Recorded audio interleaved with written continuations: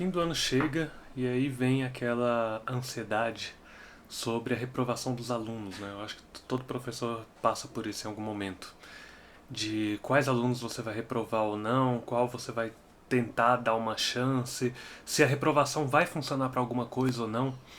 E da minha pequena experiência em 10 anos aí trabalhando no IF, a minha percepção é de que as nossas tentativas de reprovação, se teve algum efeito positivo, foram em raríssimos casos, né?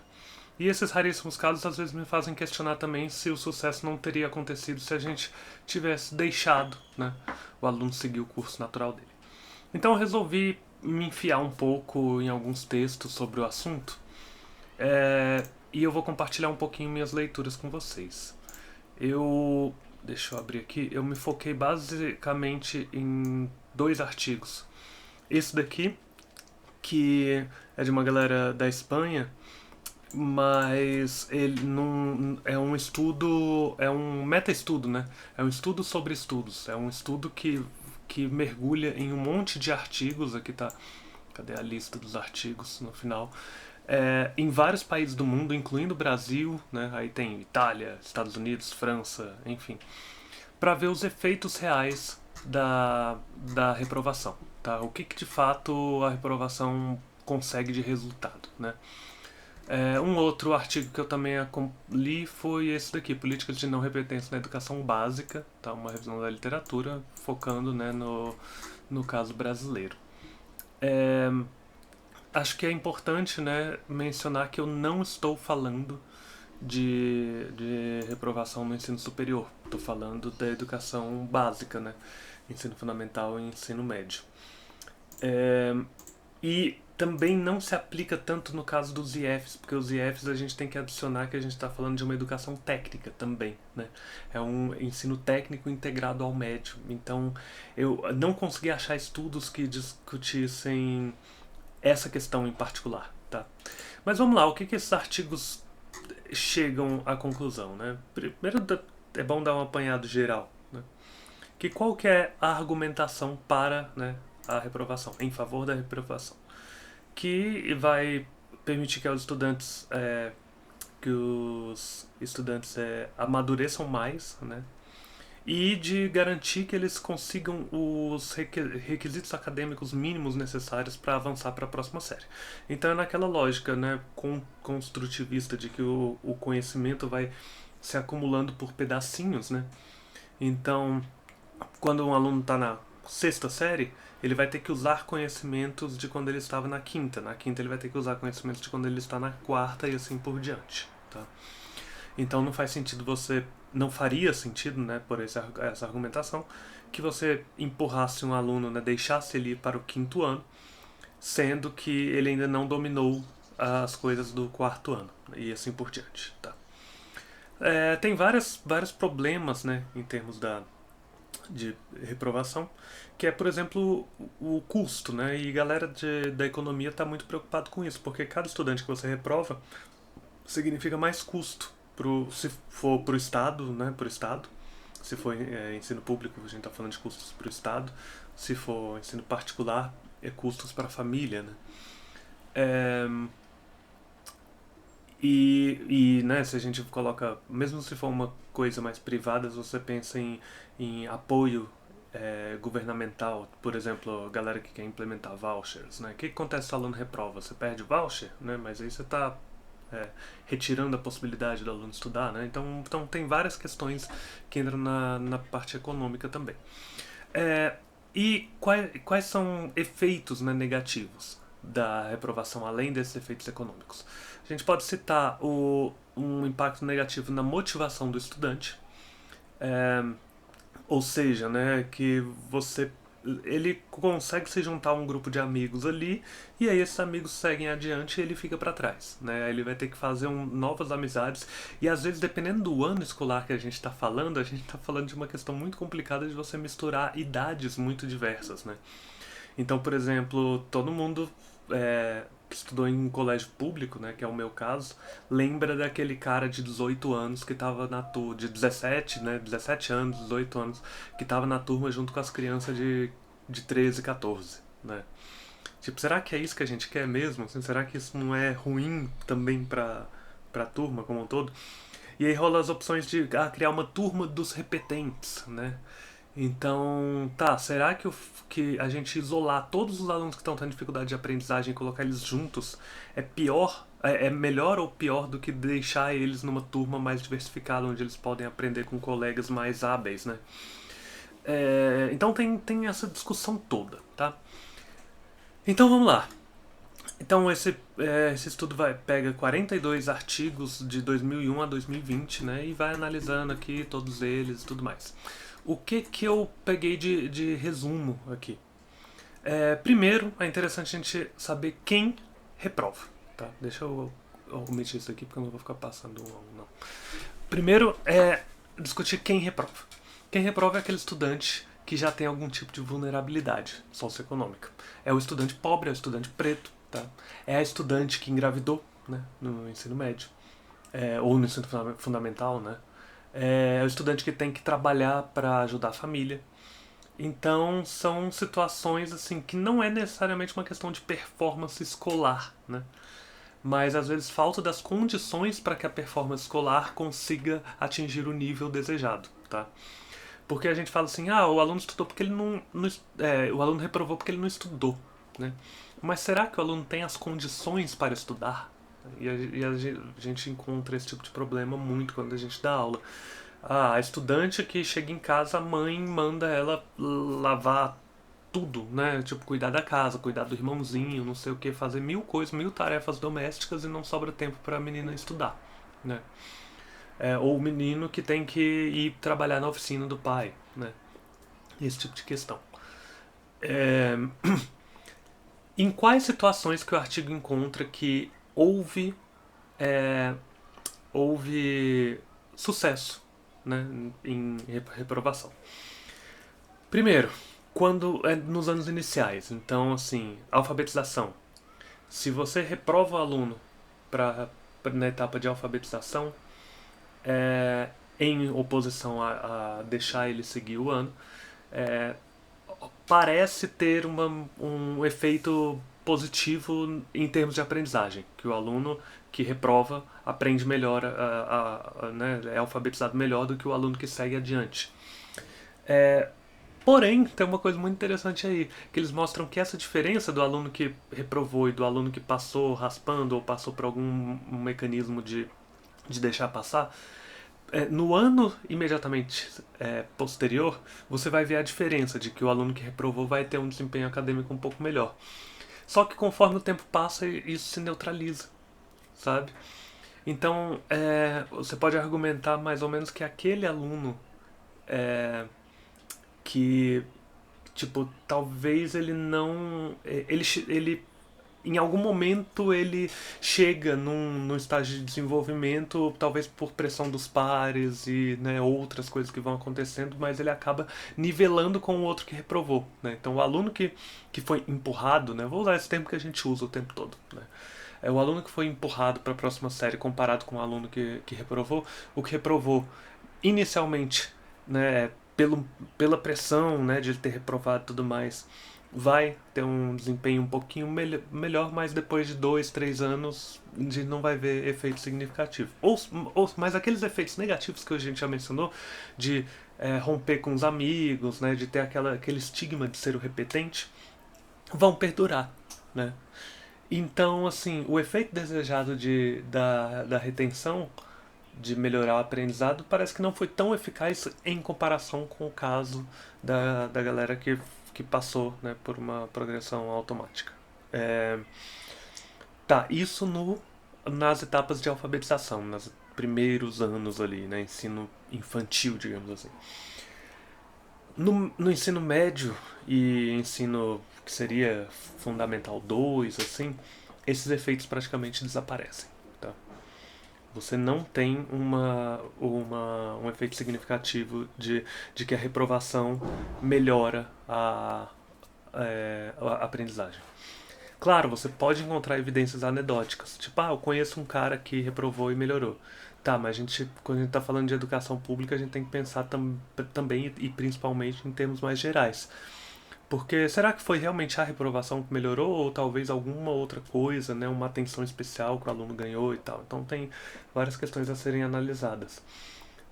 Mas quando a gente olha para o número grande, né, a impressão que dá, a impressão não, né, o que os dados apontam é que não há essa melhoria significativa aí da reprovação. E é interessante também ver artigos que pegaram algum momento histórico de algum país ou de alguma região em que houve uma mudança de política. Por exemplo, esse artigo brasileiro que eu mencionei pega o caso de Minas Gerais e de São Paulo, que alterou o sistema que não tinha, que tinha antes a reprovação seriada, depois alterou para um sistema de ciclos que mudam. Ainda é possível ter reprovação, mas é um sistema mais complexo. Você tem que analisar durante vários anos e ver se realmente o aluno não evoluiu nada durante esses 3 anos, alguma coisa assim. E o efeito. E também tem um artigo parecido, eu até fui olhar ele também aqui, deixa eu mostrar ele pra vocês. Deixa eu mostrar aqui. Esse daqui é de uma região na França, desculpa, na Bélgica, que passou. Deixa eu mostrar esse gráfico aqui que mostra bem aqui o que está acontecendo. Aqui. Em 95, eles mudaram a regra de que não podia mais repetir de ano na sétima série. Tá? E em 2002, eles reativaram essa regra de que podia repetir de ano na sétima série. Tá?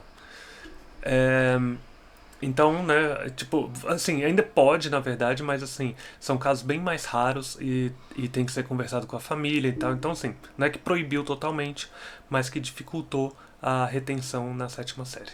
Tá?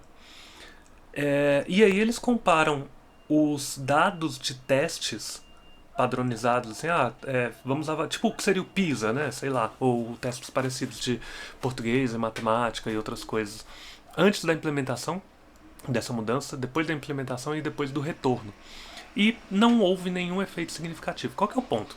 Aquele argumento que a gente usa, né, de que qual que é o objetivo, né, da reprovação é que se não tiver reprovação, os alunos vão entender que eles não precisam fazer nada, que eles vão ser automaticamente aprovados, né?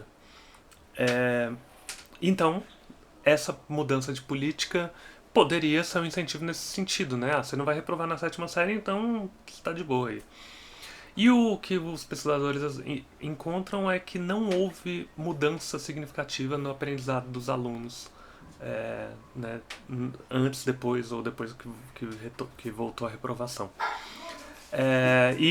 Algo muito parecido aconteceu no caso brasileiro também. Tá? Não houve visivelmente, né, essa mudança. Agora com ciclos os alunos não vão mais estudar, então eles vão fazer o que querem e tal. Né? Então parece que esse argumento de que a reprovação que faz os alunos terem medo de, de serem botados na linha para estudar e tal, parece que não funciona tão bem assim, tá? Eu enfatizo parece porque assim a gente tem que lembrar que cultura também influencia muito essas coisas, tá? Então assim, uma coisa que foi aplicada lá na Bélgica talvez não funcionaria no Brasil. Você vai falar, talvez, né? A pessoa, Brasil é bagunça, não sei o quê. Mas é interessante ver que outros países também estão preocupados com isso. E a gente tem os estudos brasileiros também que apontam que não houve uma mudança significativa, assim.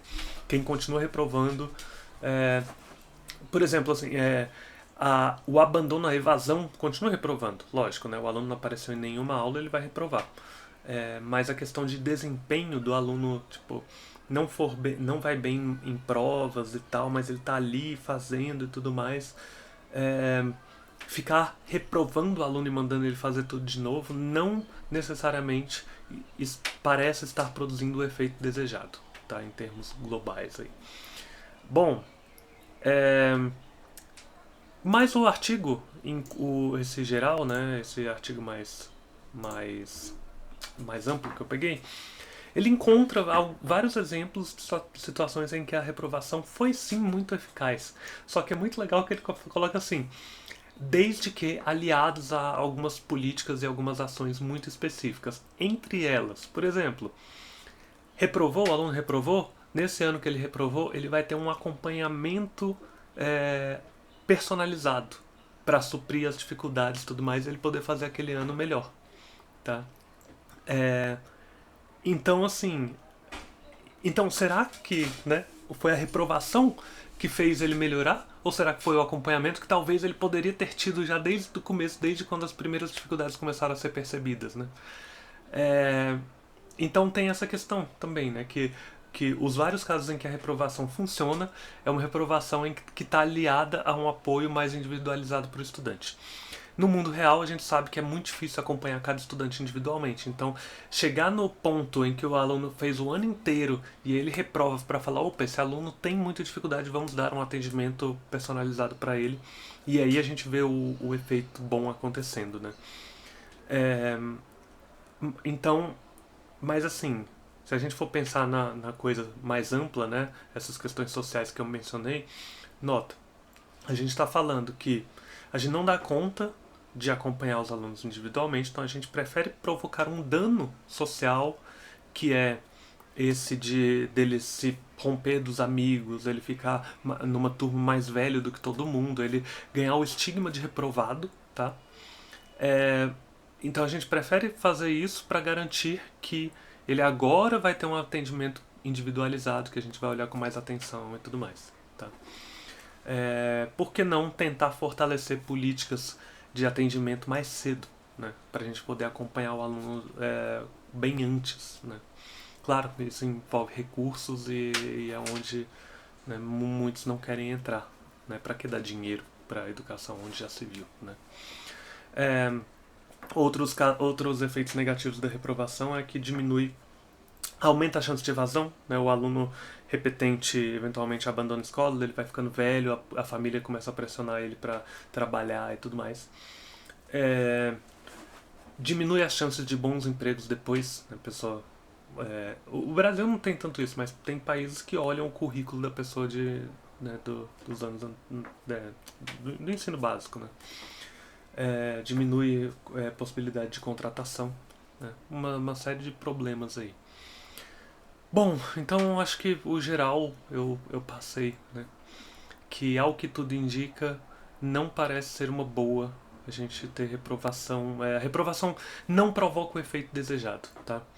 E falando sobre essa questão, né, de ter o atendimento personalizado, né, para o estudante, de novo, isso que faz a reprovação funcionar, né, é, precisaria de um treinamento, né? Precisa, né? O artigo aponta isso, assim, que tem que ter um preparo da, do, do setor educacional muito bom, porque na prática, gente, o que acontece quando a gente fala de reprovação? Não é só os colegas que veem aquele menino como estigmatizado de que é o repetente, tá? A gente também. Os professores falam, aquele repetente lá continua na mesma. Continua a mesma merda do ano passado, ele continua não fazendo nada e tal. A gente já começa o ano olhando com né, uma raiva, assim, com pouca esperança para aquele aluno. A gente não vai pensar assim, poxa, tadinho, reprovou, vamos sentar junto com ele e tal. Não. Ele reprovou, a gente já olha assim com. Lá vai, mais um ano com esse miserável aqui. Tá. Quero ver, assim, eu vou dar parabéns mesmo pro professor que fala, não, quando o aluno reprova, eu sento do lado dele todo fim de aula e dou um acompanhamento ali porque eu falo que ele não vai mais reprovar e eu vou garantir que ele não reprove, que eu vou dar todo o apoio necessário. Dou parabéns, eu mesmo não faço isso, tá? Não é porque eu odeio meus alunos repetentes, é porque, sei lá, é tantos alunos e tudo mais e, sei lá, a gente é humano também, né? A gente tem nossas falhas aí. Bom, significa então que a gente deve sair aprovando todo mundo? Não sei, tá? A resposta justamente é muito complexa, tá? A única coisa que eu posso trazer aqui pra vocês é que, de acordo com essas leituras que eu trago, parece que a reprovação não é eficaz no que ela se propõe. Ponto, tá? Não estou afirmando nada contrário disso. Então fica a reflexão aí e beijo pra vocês.